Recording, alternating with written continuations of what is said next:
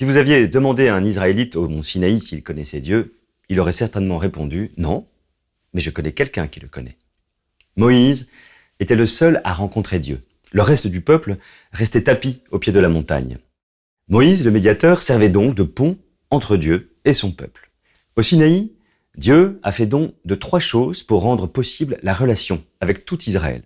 La loi, le tabernacle et les sacrifices. Et comme nous allons le voir, chacune d'elles anticipe et prépare le rôle de Jésus dans le Nouveau Testament.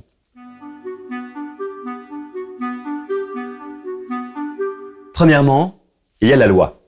Par la loi, Dieu nous dit « Je prends soin de toi ».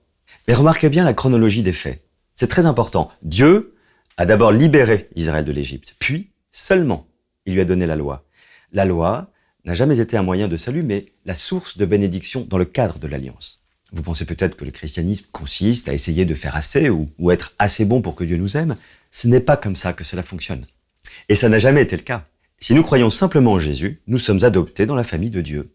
Et ce n'est qu'une fois fils et filles de la maison que nous en recevons les règles pour vivre en sécurité et librement. Les lois les plus célèbres jamais écrites sont sans aucun doute les 10 commandements, présentés dans Exode et dans Deutéronome. Les voici résumés.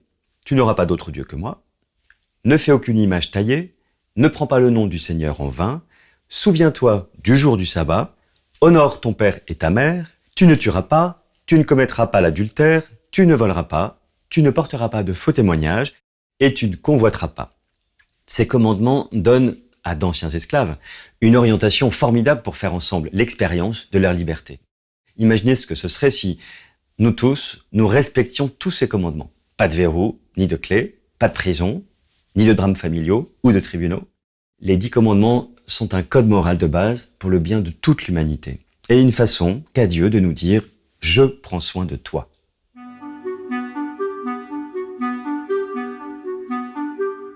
Israël, une nation d'anciens esclaves qui vivaient désormais dans le désert, avait besoin de règles supplémentaires.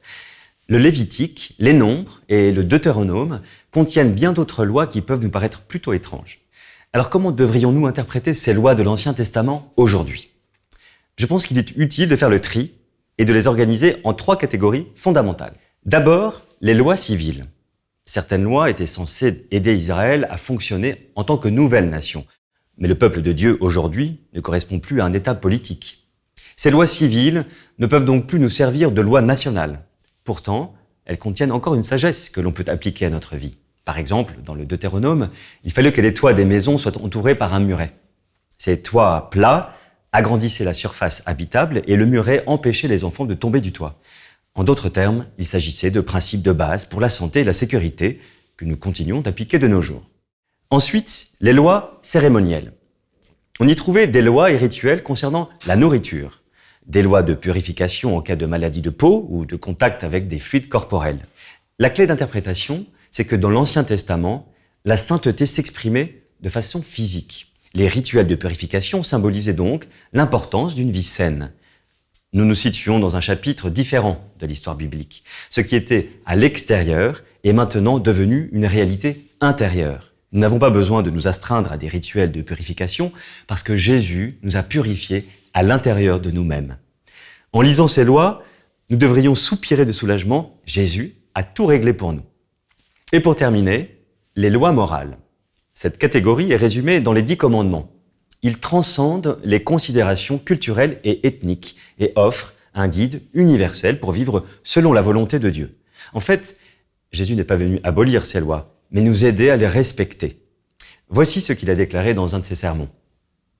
Vous avez entendu qu'il a été dit « Tu ne commettras pas d'adultère ». Eh bien moi je vous dis, tout homme qui regarde une femme pour la désirer a déjà commis l'adultère avec elle dans son cœur. L'enseignement de Jésus va au-delà de la loi, au pied de la lettre, pour en accomplir l'esprit. Et avec l'aide du Saint-Esprit, nous pouvons vivre cette vie de liberté dès à présent. Par exemple, lorsque l'on fait de la randonnée en montagne, on démarre la journée avec un sac à dos très lourd. Mais au fur et à mesure des pauses pour boire et manger, ce qui était d'abord un fardeau devient une source d'énergie nouvelle. C'est ainsi que s'opère le basculement de l'ancienne à la nouvelle alliance. Israël ressentait ses lois morales comme un fardeau. Mais maintenant, le Saint-Esprit nous donne une énergie nouvelle pour vivre dans la pureté et la liberté. Ainsi, quand on lit les lois de l'Ancien Testament, il est utile de se demander, est-ce que ce sont des lois civiles, cérémonielles ou morales? Cela nous aide à voir de quelle manière elles sont applicables aujourd'hui.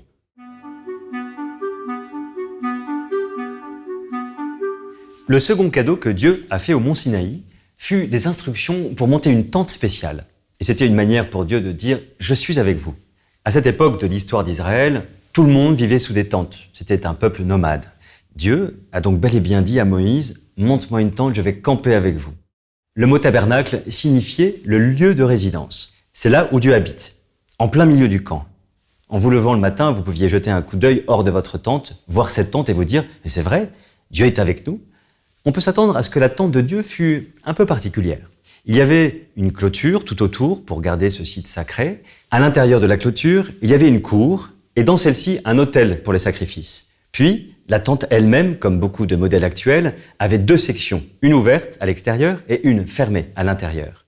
Enfin, les accessoires dans la tente symbolisaient 3 grandes promesses. Premièrement, la provision de Dieu.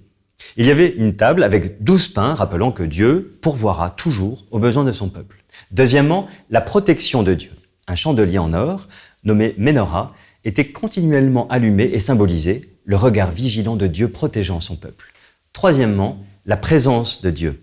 Un rideau épais fermait l'accès au lieu le plus saint, la tente intérieure. C'était comme la chambre de Dieu. Elle contenait un coffre en bois appelé l'arche, dans laquelle se trouvaient les tablettes de pierre avec les 10 commandements. Ce coffre était un signe visible de la présence de Dieu. Ainsi, la demeure était la façon qu'avait Dieu de dire « Je suis avec vous ». Il apaisait les Israélites lors de la traversée du désert hostile. Dans notre propre cheminement de vie, savoir que Dieu est avec nous fait toute la différence. Parfois, nos enfants se réveillent paniqués en pleine nuit. On essaye alors de les raisonner. Qu'est-ce qui te fait peur? Bien sûr qu'il n'y a pas de monstre sous le lit. Tout ce dont ils ont besoin, c'est de savoir que nous sommes là, avec eux. C'est notre présence qui les apaise. Jésus est Dieu avec nous. Sa main sur nos vies nous libère de la peur et nous donne une paix profonde et durable.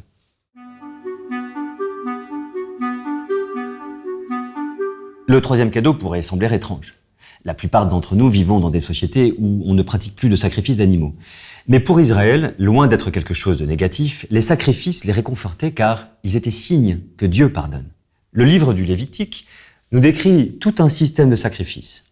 Mais comme nous l'avons vu dans nos lectures quotidiennes cette semaine, une fois par an, tout ceci était résumé dans le jour du grand pardon. Tout Israël se rassemblait devant la demeure, puis le grand prêtre prenait 2 jeunes boucs sans défaut. Il offrait le premier en sacrifice et aspergeait les gens de son sang pour représenter l'idée que la vie parfaite de l'animal couvrait leurs péchés. Vous vous souvenez que les Israélites vivaient sous des tentes. Ils n'avaient donc pas une armoire pleine de vêtements et les taches de sang sont difficiles à effacer. Ils portaient donc des traces rouges sur leurs vêtements pour le reste de l'année, comme un message permanent de Dieu. Je te pardonne, ta faute est rachetée, ton péché est expié. Avec le Nouveau Testament, il devient évident que le sacrifice d'animaux n'était qu'un signe annonçant Jésus. Seul son sang peut nous donner libre accès à Dieu. Nous avons la liberté d'entrer dans le lieu très saint grâce au sang du sacrifice de Jésus. Approchons-nous donc de Dieu avec un cœur sincère et une entière confiance, le cœur purifié de tout ce qui donne mauvaise conscience. Quant au deuxième bouc, le prêtre lui posait les mains sur la tête en signe de transfert. Tous les péchés du peuple étaient ainsi transférés sur le bouc.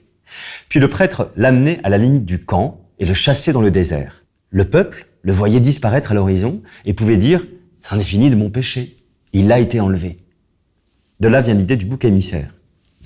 Et voilà pourquoi Jean le Baptiste, en montrant Jésus, s'est écrié « Voici l'agneau de Dieu qui enlève le péché du monde ». La mort de Jésus est l'ultime sacrifice pour le péché. Dieu peut maintenant nous dire « Je te pardonne, tu as été racheté ». Par conséquent, au lieu d'être prisonniers de notre culpabilité et de notre honte, nous pouvons être purifiés et délivrés grâce à Jésus. Aujourd'hui, nous pouvons faire l'expérience du vrai exode.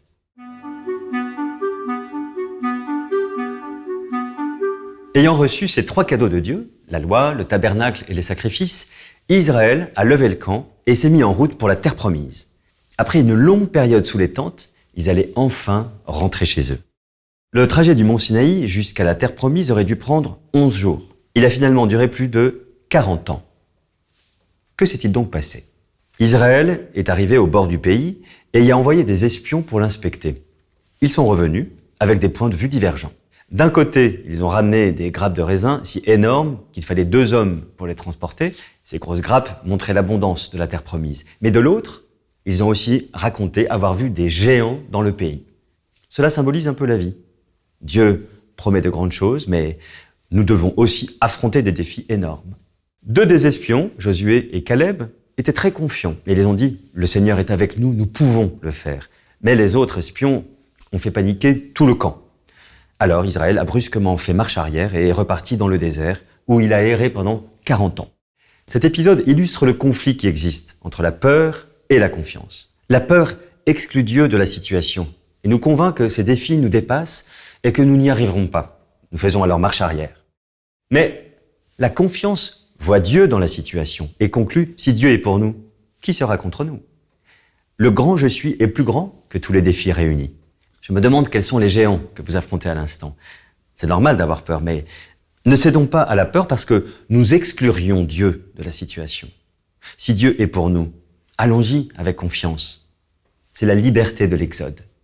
Finalement, 40 ans plus tard que prévu, la génération suivante d'Israélites a enfin traversé le Jourdain et pénétré en terre promise. C'est le successeur de Moïse, Josué, qui les conduisait. Josué est l'équivalent en hébreu du nom Jésus.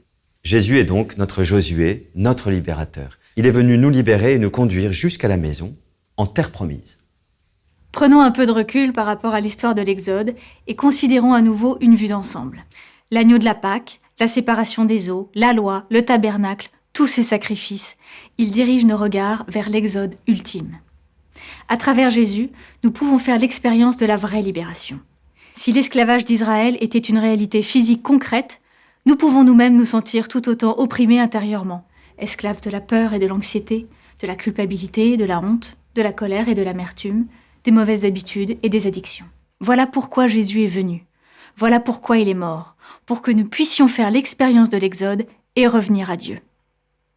Dans l'évangile de Jean, Jésus nous prévient « Quiconque pêche devient l'esclave du péché ». Mais le Fils de Dieu fait alors une promesse sidérante. Si le Fils vous libère, vous serez vraiment libre. Pour faire le point sur cette session et la promesse du véritable exode que nous permet Jésus, méditons ce verset. Le Christ nous a libérés pour que nous soyons vraiment libres. Tenez bon donc et ne vous laissez pas de nouveau réduire en esclavage.